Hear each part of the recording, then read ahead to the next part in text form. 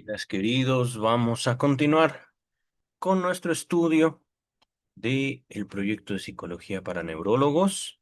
Les recuerdo que estamos haciendo una revisión de las dos traducciones. Ahorita ya hemos avanzado bastante. Vamos a estudiar o vamos a leer el capítulo, el parágrafo, la parte número 19.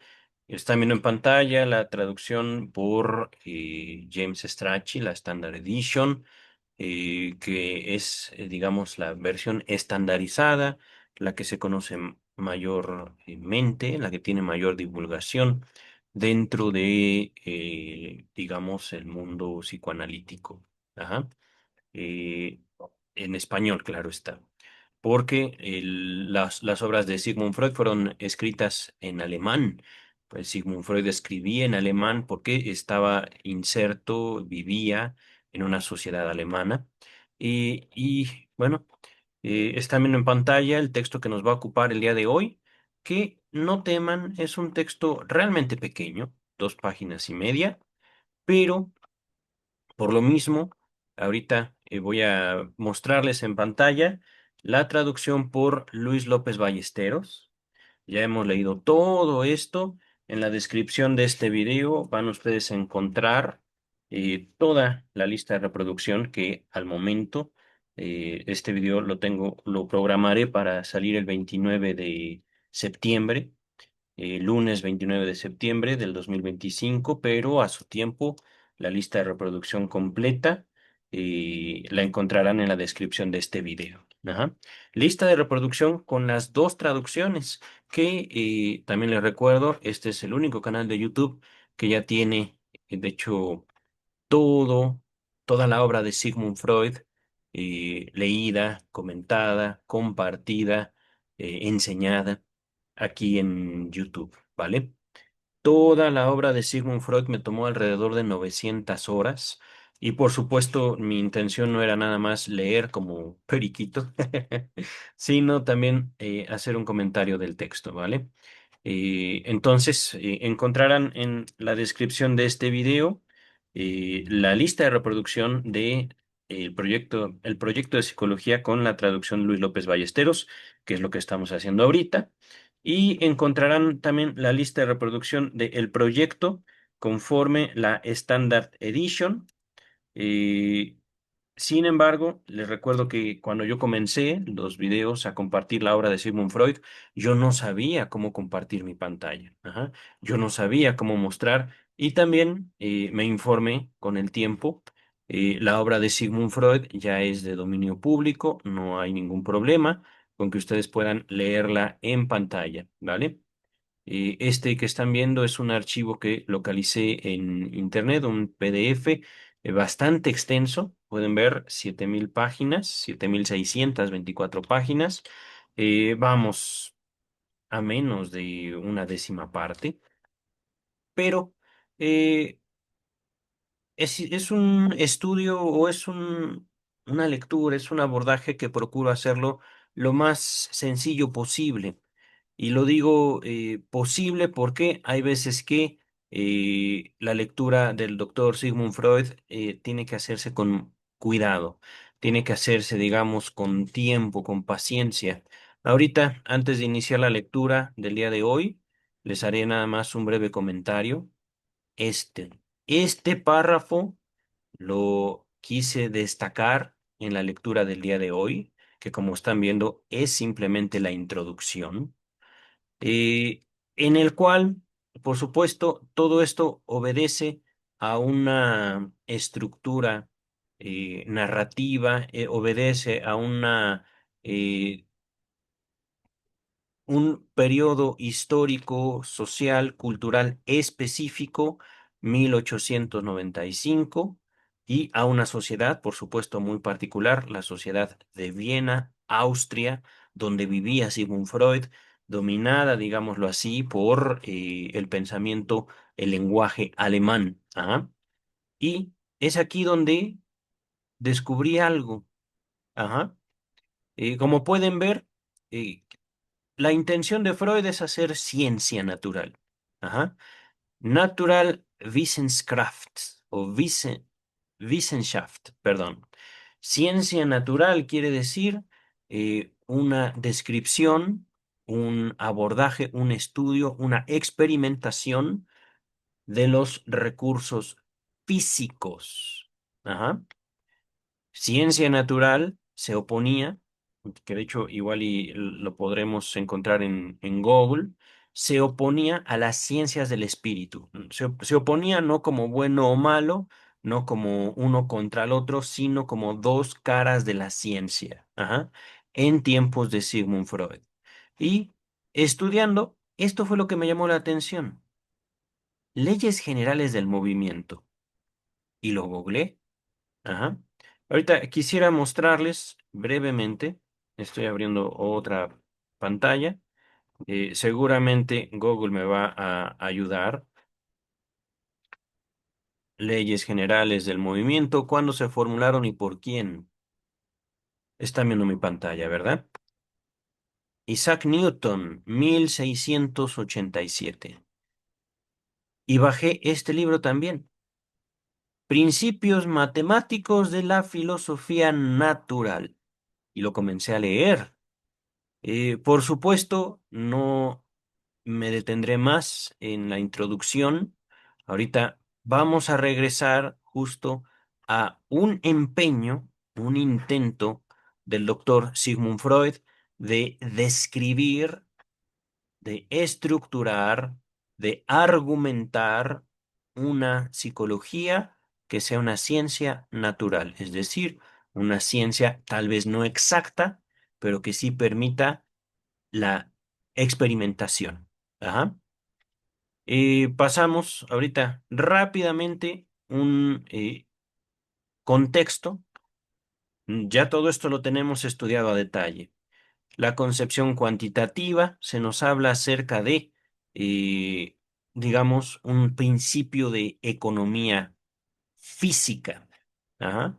En cuanto a que se habla de una cantidad eh, como algo que puede o no estar influyendo sobre el cuerpo. Ajá. Y esto, poco a poco, lo desarrolla el doctor Sigmund Freud, segunda tesis básica, la teoría de la neurona, ajá, las barreras contacto.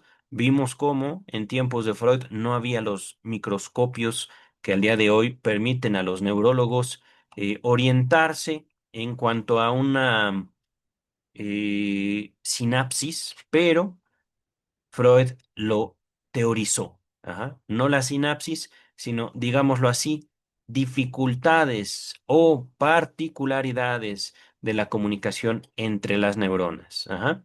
El punto de vista biológico, el siguiente paso, digámoslo así, en cuanto a una estructura de una psicología. Ajá.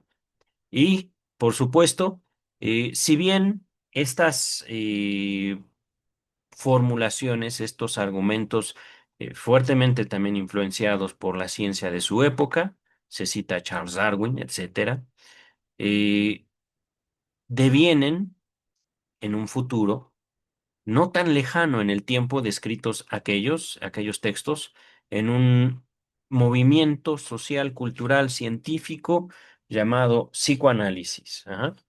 El psicoanálisis no se menciona en este texto. Este es un texto pre-psicoanalítico. Ajá. El problema de la cantidad, capítulo o apartado número 5. El dolor. Todo esto ya fue estudiado por nosotros en este canal. Eh, por supuesto, lo pueden leer con calma. El problema de la cualidad. Hablamos de cantidad en cuanto a intensidad.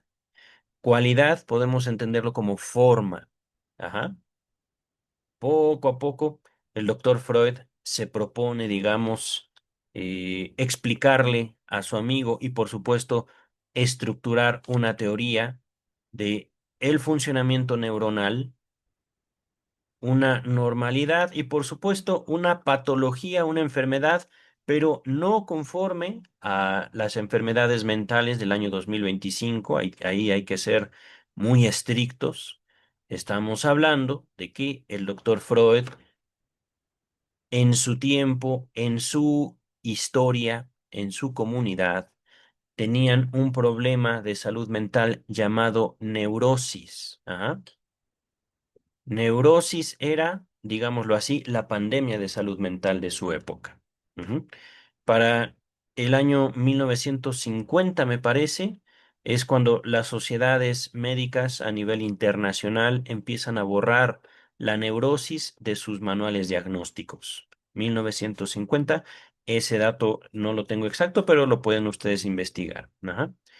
Este, poco a poco, se va convirtiendo en una, digámoslo así, introducción de palabras que el psicoanálisis heredaría de forma directa. Ajá. Hablamos de conciencia, etcétera, etcétera, y todo esto desde el punto de vista neuronal. Ajá. Aquí poco a poco el doctor Freud se va introduciendo, no en un discurso sexualizado, sino en un discurso que tiene, digámoslo así, en consideración la sensibilidad de cada sujeto. Ajá. Aquí vemos, apartado 9, una teoría del funcionamiento del aparato psíquico. Ajá. Percepción, memoria, pensamiento, si mal no recuerdo. Ajá.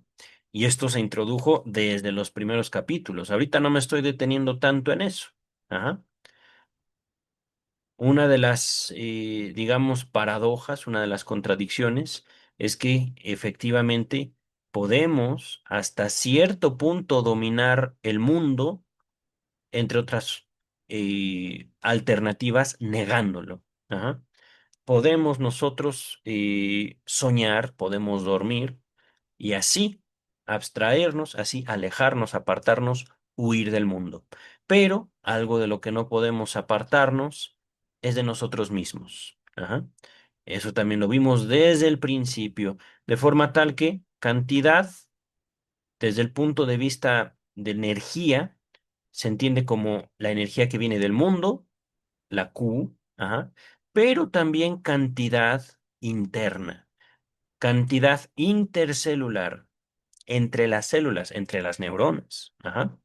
Poco a poco fuimos avanzando. Vías de conducción psíquicas, neuronas impasaderas, es decir, neuronas que acumulan energía. Poco a poco fuimos, digamos, tanto complejizando, pero también considerando distintos fenómenos. Ajá. Hace unos momentos vimos el dolor, pasamos luego a la conciencia, ahora vemos vivencia de satisfacción. Ajá. Fenómenos subjetivos, pero también que podemos decir existen, se pueden generalizar. Ajá. Tanto a seres humanos como a organismos. Ajá. Organismos biológicos con relativa complejidad. Ajá. Ahorita me estoy adelantando un poquito en el, el argumento, digámoslo así. Primero fue el dolor y ahora la vivencia del dolor. Ajá. ¿Qué hace el sujeto cuando efectivamente y por qué genera o registra vivencias de dolor? Ajá. Etcétera, etcétera, etcétera. Afectos y estados del deseo. Ajá. Desiderativos. Cuando digo del deseo es porque ya nos pasamos ahí un buen rato dándole significado a esa parte del texto. Y como les decía, desde 1895 Freud hablaba de un yo. Ajá. De un yo, no Juan Luis Cortés, no ustedes, sino, digámoslo así, tal vez no un concepto, porque esto es de los traductores, queridas y queridos. Saben cómo tanto el doctor Freud como yo mismo podemos tal vez no enemistarnos con los traductores, pero sí señalar una cierta precaución. Ajá. Nos aproximamos todos torpemente al texto de forma tal que procuramos darle un significado. Ajá. Los traductores podrían hablar de conceptos. Yo les sugiero simplemente tomar al yo como una palabra que describe identidad. Ajá. Identidad en cuanto al deseo, identidad en cuanto al pensamiento, en cuanto a la memoria, en cuanto a las posibilidades de satisfacción o dolor. Ajá. Y por supuesto, incluso satisfacción en el dolor. Ajá. Pero poco a poco, queridas, queridos, ahorita no nos vamos a adelantar. De hecho, se ha mencionado muy poco la sexualidad humana en todo el trayecto que hemos hecho hasta el momento.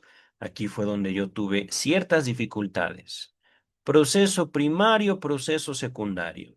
Ujú. En lo psíquico o en las neuronas no pasaderas. Esa lectura, por supuesto, la encontrarán en la lista de reproducción con todo el texto que están viendo.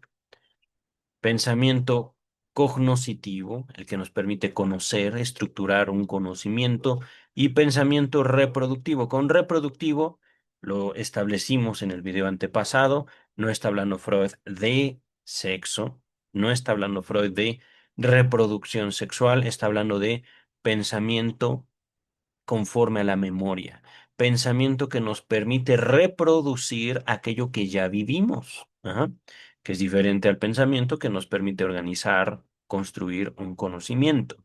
Ujú. Y así avanzamos, ya estamos por llegar, memoria y juicio. El video pasado, de hace 15 días, hace 15 lunes, pensamiento y realidad, que aunque no lo crean, efectivamente esta clase de formulaciones de argumentos heredó el psicoanálisis. Pero hay algo que sí es importante notarlo, para los que tienen poco tiempo conociéndome, no les extrañe, soy un crítico fuertemente ya educado, fuertemente también estructurado y con argumentos bastante contundentes en contra de la salud mental. Y voy a ser específico, no en contra de la psicología, no en contra de la psiquiatría, no en contra tampoco de las psicoterapias, en contra específicamente de lo que se puede entender como un concepto, pero yo más bien lo defino como una política fracasada a nivel mundial, a nivel histórico, la salud mental. Ajá. Y le soy sincero también, de eso no habló Freud.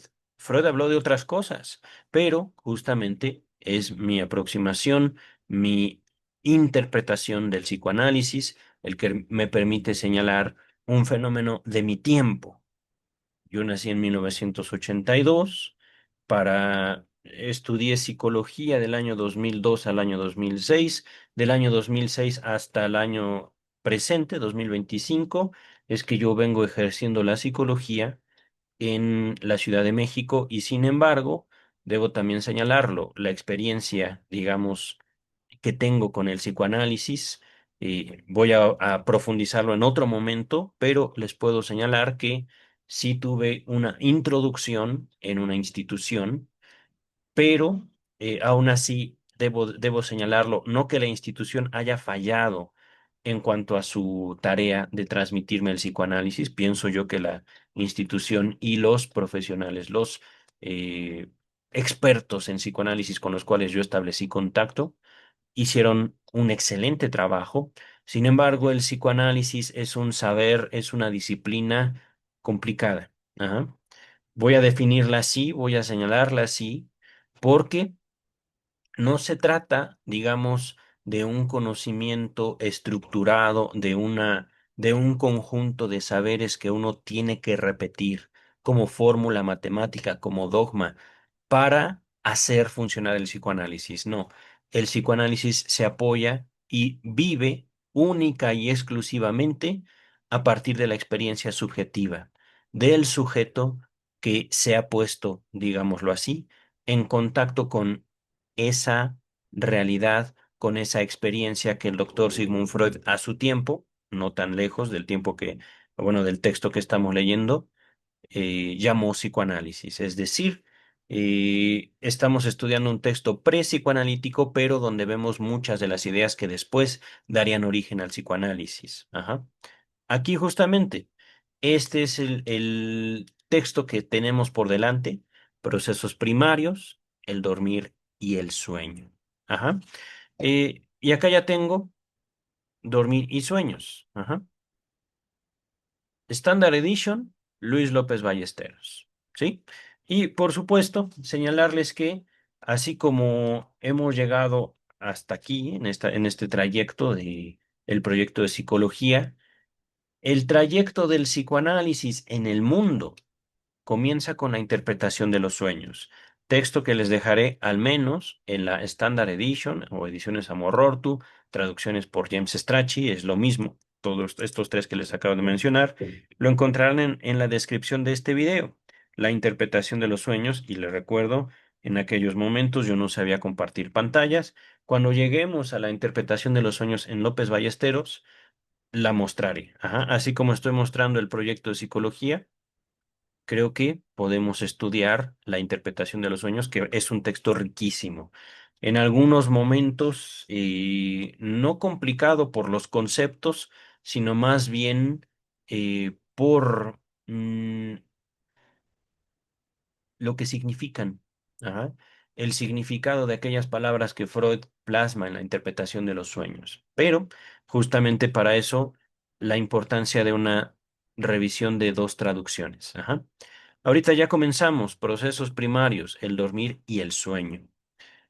Plantéase ahora el problema de cuáles son los medios cuantitativos, recuerden, intensidad, que sostienen el proceso primario en las memorias, en las neuronas no pasaderas. Ne- Proceso primario psi- o psíquico, mental, ajá, que lo hemos reconocido como aquella parte, digámoslo así, y de acuerdo a la identidad del texto, de nuestro cerebro que se transforma a sí misma. Ajá. Ahorita no estableceré mucha descripción al respecto porque lo hemos hecho a lo largo de ya casi 20 videos solo en este abordaje de de la traducción López Ballesteros. Ajá. Dice el texto, en el caso de la vivencia de dolor, trátase, evidentemente, de la cantidad externa que irrumpe desde el exterior. Cantidad que irrumpe o que viene desde el mundo. Ajá. En el caso del afecto, es la cantidad liberada por facilitación.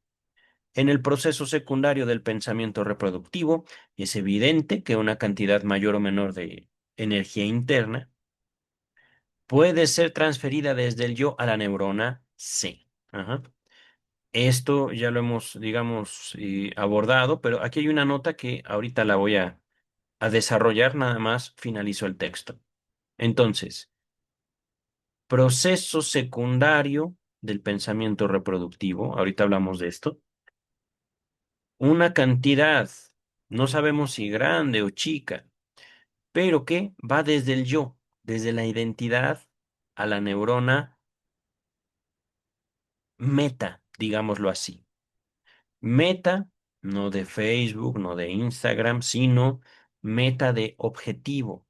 Se hablaba de neurona A, B y C. Ajá. Dicha cantidad puede ser calificada de interés cogitativo, es decir, interés mental, siendo proporcional al interés afectivo cuando éste es susceptible de desarrollarse. Parece complicado, queridas, queridos, no lo es tanto. Se explica fácil. Ajá. Primero, pensamiento o proceso primario en oposición al proceso secundario. ¿Dónde está? ¿Dónde está?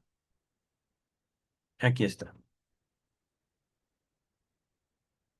Y otra vez, cuando digo oposición, no es bueno contra malo, sino es más bien proceso primario, yo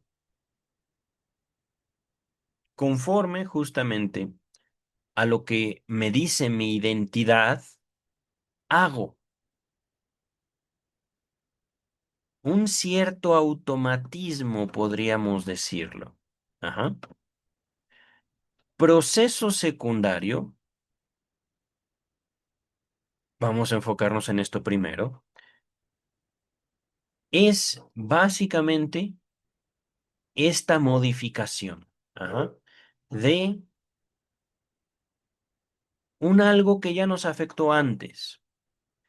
Se hablaba de proceso primario en cuanto a que ya conocimos y conforme a nuestra identidad actuamos. Sin embargo, podemos decirlo como aprendizaje, pero un aprendizaje muy inmediato, muy inmaduro, digámoslo así. Mientras que proceso secundario, estamos hablando de que ya ni siquiera necesitamos saber, ya sabemos, ajá, ya tenemos una experiencia que nos va a llevar a evitar, digámoslo así, el mundo. O también puede entenderse, acá hablamos de aprendizaje, un aprendizaje básico, mientras que acá estamos hablando de un aprendizaje, digamos, más refinado, pero también con ciertos riesgos. Ajá. Ya no se va a tratar de que le vamos a hacer caso al mundo, sino puede ser que le estamos haciendo caso a nuestros propios miedos. Ajá.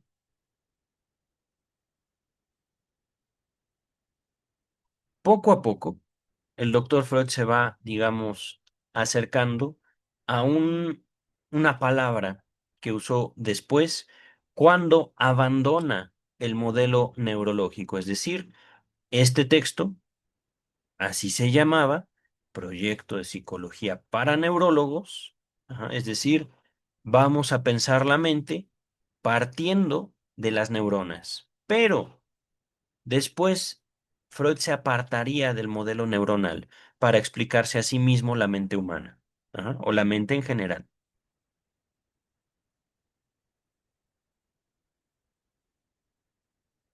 Una vez que se aparta de las neuronas, descansa Freud en esta palabra representación, algo que no se ha mencionado o se ha mencionado una o dos veces en todo este trayecto del proyecto de psicología. Representación, ¿qué quiere decir? Representación es una abstracción, es una toma, es una muestra, ajá, del mundo y de nosotros mismos. Podríamos tomar la representación como el elemento básico, el elemento más sencillo, más simple de la mente conforme al psicoanálisis. Ajá. Pero justamente partimos de un mundo externo, ajá, que llega a hacerse interno y que deviene en una estructura que Freud llama el yo. Ajá. Y un yo que, por supuesto, establece relación con su propio cuerpo, con su propia vida, con su propia realidad. Ajá. Dice el texto. Me gustaría leer esto en la Standard Edition. Ahora surge la pregunta, ¿con qué recursos cuantitativos es, pues, sufragado el proceso primario psíquico? En la vivencia del dolor es evidente que la cantidad que irrumpe de afuera en el afecto, la cantidad endógena desprendida o desligada por facilitación. En el proceso secundario del pensar reproductor es evidente que sobre neurona C se puede transferir una cantidad interna mayor o menor desde el yo, a la cual sería lícito designar interés de pensar y que es proporcional al interés afectivo toda vez que éste haya podido generarse. Es decir, si hablaba yo ahorita de representación fue justamente por esta parte, interés de pensar, que acá lo tiene también, interés cogitativo. Cogito, cogito ergo sum, decía Descartes. pienso, luego existo. Ajá. Por eso cogitativo de pensar. Ajá. Y es decir, aquí estamos hablando de una dinámica, de una relación doble de la mente, digámoslo así, con el sujeto y con el mundo. Podríamos entender la mente como el puente, como el intermediario, como una imagen, ajá, del sujeto y del mundo. Por eso después se hablaría de una representación. ¿Esto qué quiere decir? Que conforme nosotros establecemos un contacto con el mundo y formamos una identidad, una memoria, luego esa misma memoria tendría ya los elementos del mundo. Ujú. Luego ya esa mente tendría al menos una idea de lo que le espera en el mundo y de lo que quiere del mundo. Ujú. Antes de avanzar, nota 166. Lo que Freud escribe aquí como interés cogitativo parece ser lo mismo que en la próxima sentencia denomina atención. Ajá. Interés, atención. Así como en la tercera parte, donde este tema se haya expuesto con mayor detenimiento. Tercera parte del proyecto de psicología, ¿vale? Estamos en la primera y ya no nos falta mucho para acabar la primera. Dice el texto, Luis López Ballesteros, ¿vale?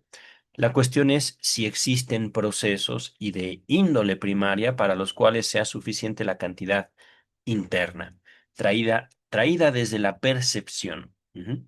O si la carga o catexia perceptual de carga de una percepción se le agrega automáticamente un aporte de energía interna, psíquica, de energía de las células, de las neuronas no pasaderas, ajá, la atención.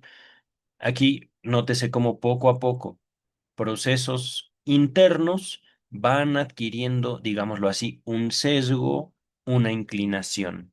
Todo esto ya lo hemos visto. Ajá. Siendo solo este el que torna posible el aporte, la atención, el interés cogitativo, siendo este solo el que torna posible un proceso psíquico. Ujú.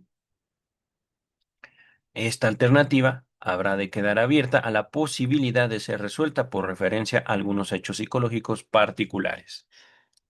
En resumen, hemos estructurado una idea de lo que hace el cerebro, las estructuras neuronales con el mundo y con las necesidades propias. Ajá. En esta doble relación de la mente con el mundo y con el cuerpo, la mente, justo como un producto del sujeto, puede, por un lado, acumular energía de afuera, pero también acumular energía de dentro, energía igual a cantidad, igual a Q, que están viendo en la parte subrayada. Ajá. Estos fenómenos de la energía podemos entenderlos justo como procesos de atención. Ujú. Pero también dentro de la consideración es importante tomar en cuenta cómo el mismo sistema nervioso, el mismo organismo, el cuerpo, el sujeto, tiende a simplificar las cosas de forma tal que va a procurar quitarse toda la cantidad posible, teniendo en cuenta que no puede estar exento de energía, ni interna ni externa. Pero ahorita estoy tratando de darle un sentido al texto de forma tal que podamos avanzar sin muchas dificultades. Ajá. Uno de estos hechos importantes, dice Freud, es el que los procesos primarios psíquicos o de las neuronas no pasaderas, es lo mismo, similares a los que han sido gradualmente suprimidos por la presión biológica en el curso de la evolución de lo psíquico, ajá, vuelven a presentársenos diariamente durante el estado del dormir. En otras palabras, si estamos hablando desde el principio que el organismo ha evolucionado de forma tal que no necesitamos establecer una relación permanente con el mundo, es única y exclusivamente porque soñamos. Y al momento de dormir nos podemos dar cuenta de una evolución de la mente, porque cuando dormimos, muchas veces, si no es que siempre, podemos reproducir ciertas partes del mundo, de la experiencia cotidiana, ciertas vivencias, las repetimos de forma directa o un poquito cambiadas. Ajá. Vamos a dejarlo así. Estoy simplemente haciendo una descripción. Ujú. Dice el texto. Un segundo hecho que de idéntica importancia es el de que los mecanismos patológicos, recordemos neurosis, gente muy intensa, revelados por el más detenido análisis en las psiconeurosis, guarda la más estrecha analogía o parecido con los procesos del sueño, con los sueños. Ajá. Con esta comparación que desarrollaremos más adelante se desprenden las más decisivas conclusiones. Veas el final del parágrafo que sigue. Así es como lo nombra el traductor, parágrafos. Ajá. Estamos en el parágrafo 19, ya veremos el 20 después. Nota 167. Respecto de lo que sigue, consúltese la interpretación de los sueños. Parecería que Freud hubiese olvidado el descubrimiento expuesto aquí de la analogía o parecido entre los procesos oníricos y los mecanismos psiconeuróticos, y que no la redescubrió sino a comienzos de 1899. Véase la carta, seguramente a Wilhelm Fliess, un amigo suyo, al que le dedica justamente el proyecto de psicología, del... eh, no sé qué es esto. Pensé que era un año, pero no. 19-2. Debe ser 19 de febrero de 1899. Ajá, no 1900, es 1800. Freud murió en 1939. Ujú. Pero, a ver, este párrafo creo que está sencillo de comprender. Veamos cómo lo dice la Standard Edition. Es un hecho importante que cotidianamente, mientras dormimos, estamos frente a procesos primarios psíquicos, como aquellos que, en el desarrollo psíquico, poco a poco han sido sofocados biológicamente. Un segundo hecho de igual significatividad o importancia, que los mecanismos patológicos que el más cuidadoso análisis pone en descubierto en la psiconeurosis, tiene la máxima semejanza con los procesos oníricos. Esta comparación, que luego explicitaremos, es decir, lo haremos más claro, resultan las más importantes conclusiones. Se los adelanto brevemente, queridas, queridos, y esto por mi lectura de la interpretación de los sueños. Los neuróticos no es que sean gente, la mayor parte del tiempo no es peligrosa, podrían ser incómodos. Ajá. Los neuróticos tienden mucho a la intensidad, tienden mucho a la interpretación, tienden mucho, digámoslo así, a ser particularmente especiales. Ajá. Ahorita estoy tratando de describir una enfermedad mental que ya no es enfermedad mental históricamente, pero que en tiempos de Freud era, digamos, el pan de todos los días. Era lo que Freud veía todo el tiempo. Ajá. Ahorita, de hecho, una de mis propuestas teóricas que necesito yo desarrollarla es cómo la neurosis sigue vigente en los nuevos cuadros clínicos, los cuadros diagnósticos, llámese anorexia, llámese bulimia, llámese trastorno de déficit de atención con hiperactividad, llámese alcoholismo, llámese adicciones, llámese suicidio, llámese, etcétera, etcétera, etcétera, etcétera. Eh, Todas estas palabras que acabo de mencionar son palabras de uso exclusivo de los psiquiatras y con ciertos profesionales de la psicología un poco versados, un poco entendidos al respecto. Pero en cuanto a, digamos, una comparación histórica, que yo sepa, no se ha hecho, que yo sepa. De todo esto que acabo de mencionar con la neurosis. Ajá. Al menos en mi experiencia podría constar que en ciertas problemáticas, en ciertas comunidades, en ciertas poblaciones que yo acabo de mencionar, sí hay los elementos de neurosis. Ajá. Pero necesito seguir desarrollando esa investigación mía. Ujú. Entonces, continuamos. Antes, empero, es preciso adaptar el hecho del dormir al conjunto de nuestra teoría. La precondición esencial del sueño, es decir, el requisito del sueño, es fácilmente reconocible en el niño. El niño duerme mientras no lo atormenta ninguna necesidad física o ningún estímulo exterior. Por ejemplo, el hambre o las sensaciones de frío y humedad. Se duerme una vez que se ha obtenido su satisfacción en el pecho, es decir, al ser alimentado. Ajá. Así también el adulto se duerme con facilidad después de la comida y del coito. Después de comer, comida o a otra persona, ¿vale? Por consiguiente, la condición previa del dormir es la caída de la carga endógena, de la QN, ajá, en el núcleo de lo psíquico, en el núcleo de las neuronas no pasaderas, las neuronas que no necesitan del mundo porque ya se lo comieron, ajá, porque ya tienen una idea del mundo. Ujú, que torna innecesaria la función secundaria. Ujú. En el sueño, el individuo se encuentra en el estado ideal de inercia, libre de acumulación de cantidad interna. Ajá. Ahora, esto, creo yo, aquí Freud hace una descripción bastante acertada, a mi juicio, pero ¿cómo la plantea en la Standard Edition? Dice Freud. En primer lugar, corresponde incorporar a la teoría el hecho del dormir. La condición esencial del dormir se discierne con claridad en el niño.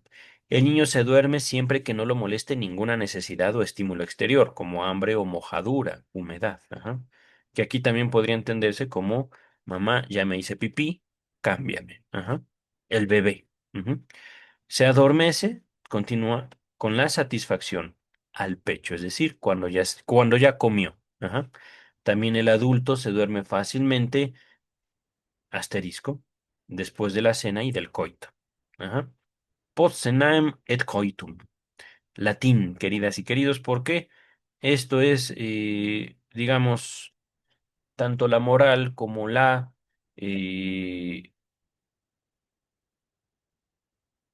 es que se entiende moral, decencia, eh, el criterio del doctor Freud modificando sus palabras, aunque también se entienden, dado que se lo quiere comunicar a un amigo muy culto, ajá, a Wilhelm Fliess.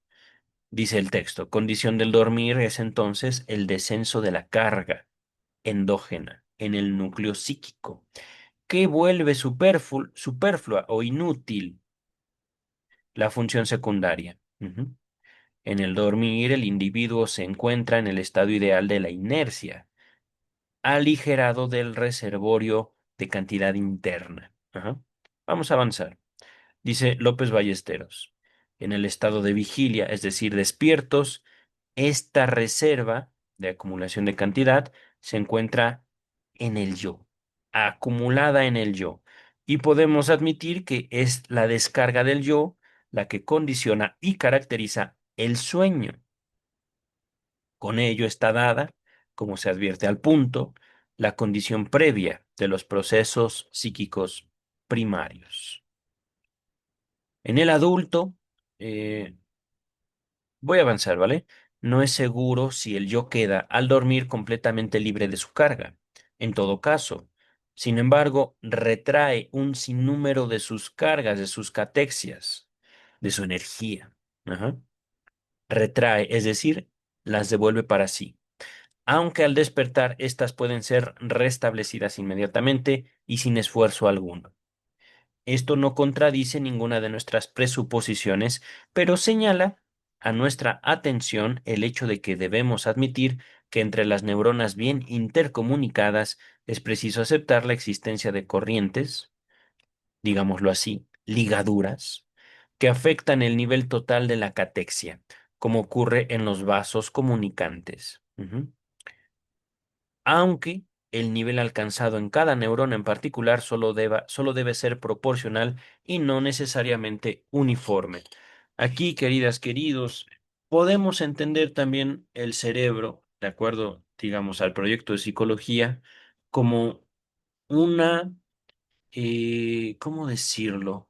Un sistema eléctrico, ajá, complejo, digamos, el sistema eléctrico de una ciudad. Si de repente en un lado estas comunicaciones pueden llevar a generar luz. El interrumpir las comunicaciones, el interrumpir la línea eléctrica, el cortar el cable de luz, suspende la comunicación. Ajá. Suspende el fenómeno esperado al final. Ahorita vamos a continuar. Yo creo que terminamos en López Ballesteros y regresamos al Standard Edition.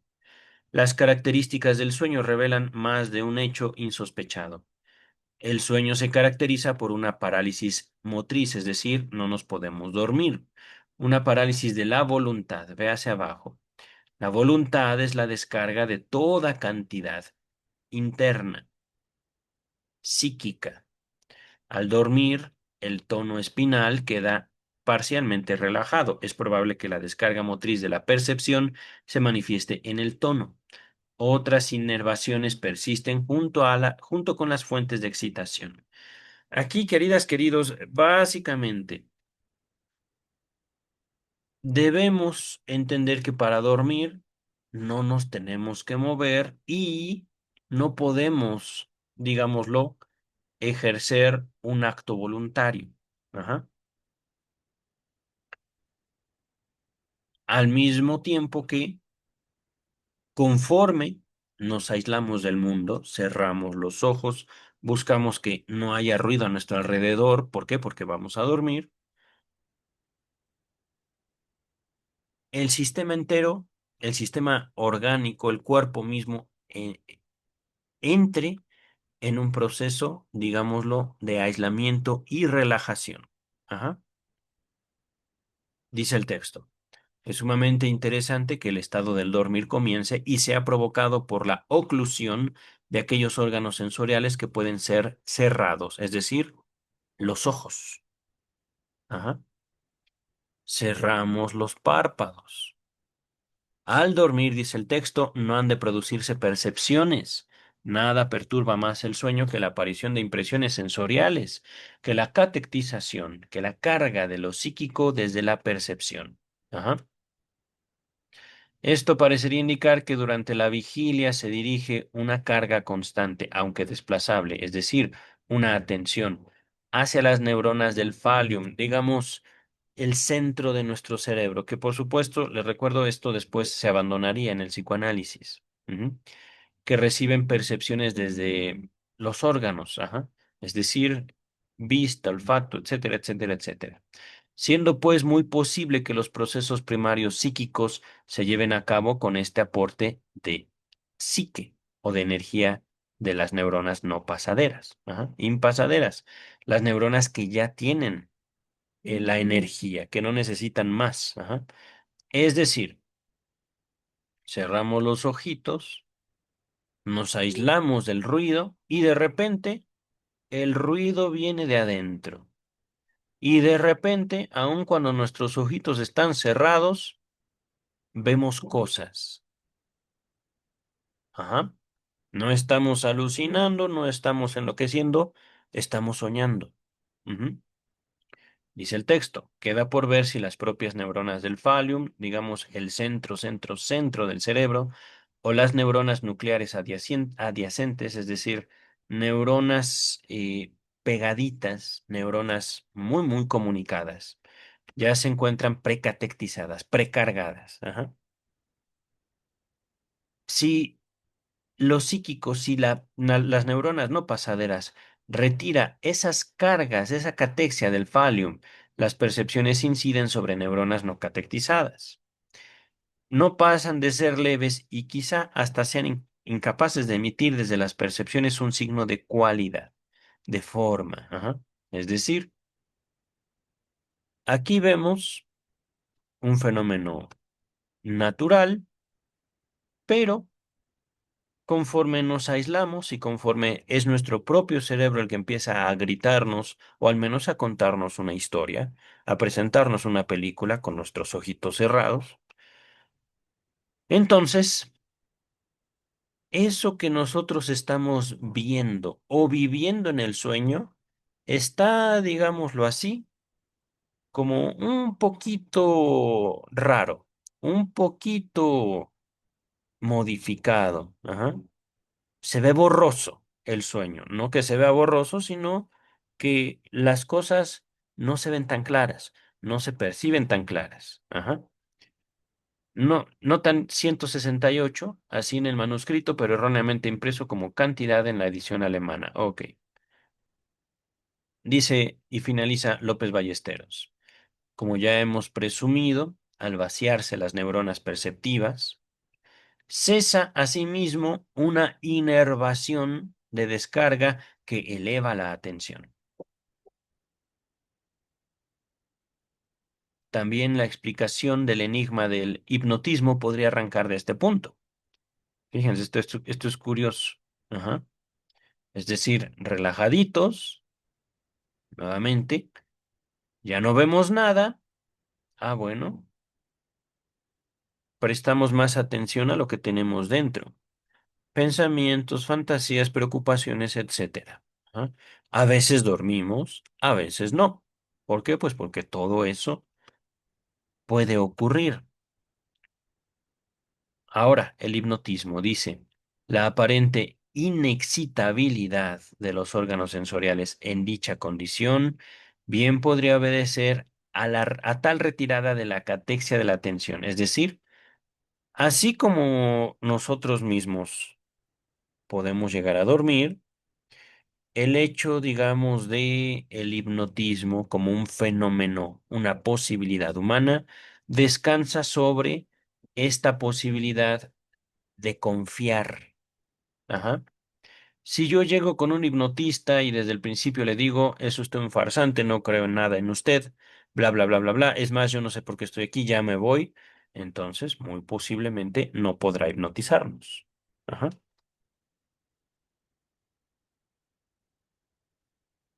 Dice el texto. Así por medio de un mecanismo automático, que vendría a ser el símil opuesto del mecanismo de la atención psíquica, puede, mientras se encuentre incatectizado o sin carga, excluir las impresiones de la percepción. Fíjense, es que es muy sencillo, aunque el texto está un poco complicado. Hay veces que no podemos poner atención. Hay veces que la atención la reclama algo de nuestra vida interna. Hay veces que no podemos poner atención porque hay algo muy bonito en nuestro mundo. Un hombre, una mujer, una actividad, un pensamiento, una fantasía, una canción. Ustedes, lo que gusten y manden, puede ser que haya algo que nos impida poner atención. Es todo. Ajá. E incluso nuestra atención puede estorbar las percepciones, es decir, estoy tan metido en mis pensamientos que ni me di cuenta que ya se me fue el camión.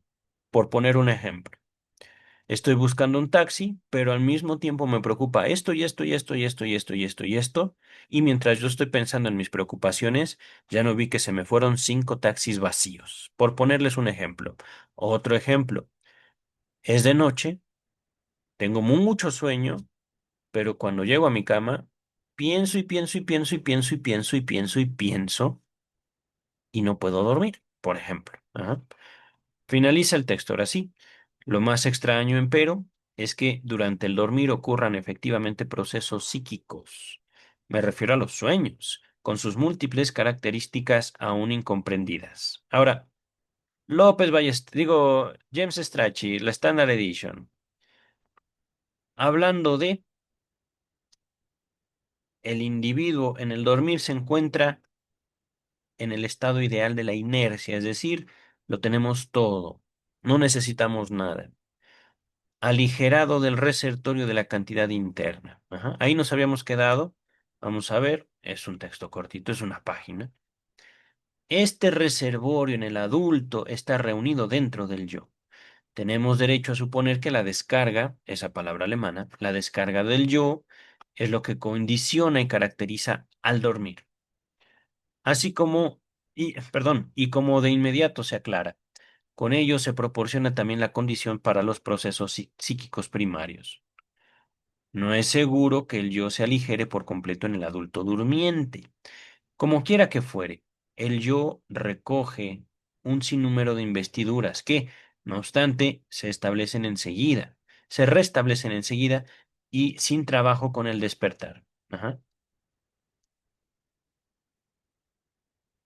Esto no contradice ninguna de nuestras premisas, pero indica que es preciso suponer entre neuronas bien conectadas unas corrientes, por eso les hablaba de electricidad, comunicación, que como en vasos comunicantes atañen al nivel total, si bien en cada neurona la altura del nivel solo tiene que ser proporcional, no necesariamente uniforme. Realmente, les soy sincero, no logro comprenderlo todo. Ajá.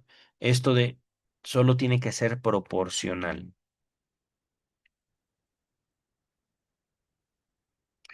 Podemos decir entonces que durante nuestros sueños, durante nuestro estado del dormir, diversas neuronas pueden o no tener carga, ajá, tener energía, estar comunicadas. Ajá.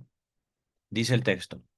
De las peculiaridades del dormir se deducen muchas cosas que no se habrían podido colegir. Ajá. Estoy omitiendo eh, las notas a pie de página, pero vamos a avanzar.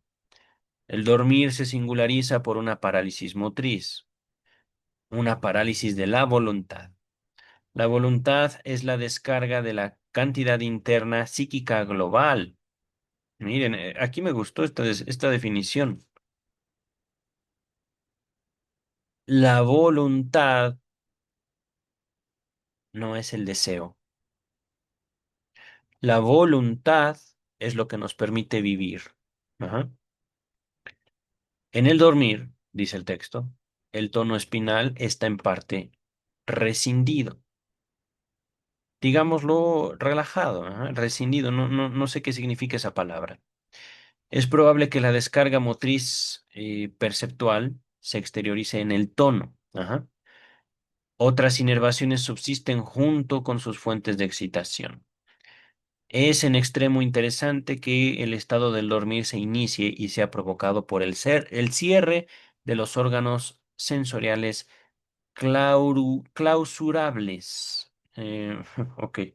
Aquí curioso nos manda directo a la interpretación de los sueños, pero aquí no se puede entender los ojos. Bueno, sí se puede entender ya con cierta meditación en el texto. Durante el dormir no se deben hacer percepciones y nada lo perturba más que la emergencia de impresiones sensoriales, investiduras que entran en lo psíquico, en la conciencia también digámoslo así, desde la percepción. Esto parece indicar que durante el día se envía al encuentro de las neuronas del manto que reciben percepciones desde la percepción. Una investidura permanente, aunque desplazable, la atención, de suerte que muy bien puede ser que los procesos psíquicos primarios se consumen con este aporte psíquico. En otras palabras, estando despiertos hay que atender la vida y la vida nos muestra cosas a través de la percepción. Estando dormidos, no necesitamos ver porque el mismo proceso psíquico nos muestra. Ajá. nos muestra lo que quiere, pero al fin y al cabo vemos y vivimos cosas en los sueños. Ajá. Y digo, vivir es una palabra, es un decir. Ajá. No es que vivamos cosas así literalmente en el sueño. No es una cuestión de sonambulismo o algo así. Dice el texto. Queda sin resolver si están ya preinvestidas las neuronas mismas del manto, una parte del cerebro, o lo están las neuronas cercanas al núcleo o del núcleo. Ajá. Si lo psíquico recoge estas investiduras del manto, las percepciones se producen sobre las neuronas no investidas y son de poca importancia, quizás incapaces de proporcionar desde la percepción. No, no me acuerdo qué era esto, un signo de cualidad. Ujú. ¿Cómo lo dice acá? Un signo de cualidad, ¿dónde está?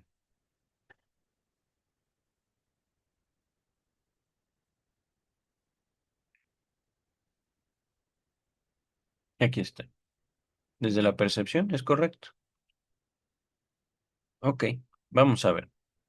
Según hemos conjeturado, con el vaciamiento de la neurona perceptual, cesa también una inervación de descarga que acrecienta la atención.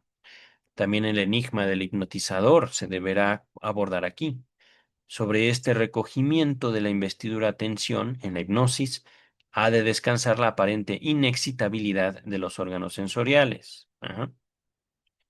Entonces, mediante un mecanismo automático, el correspondiente simétrico del mecanismo de atención, excluye las operaciones psíquicas, las impresiones perceptuales, mientras que él mismo está no investido.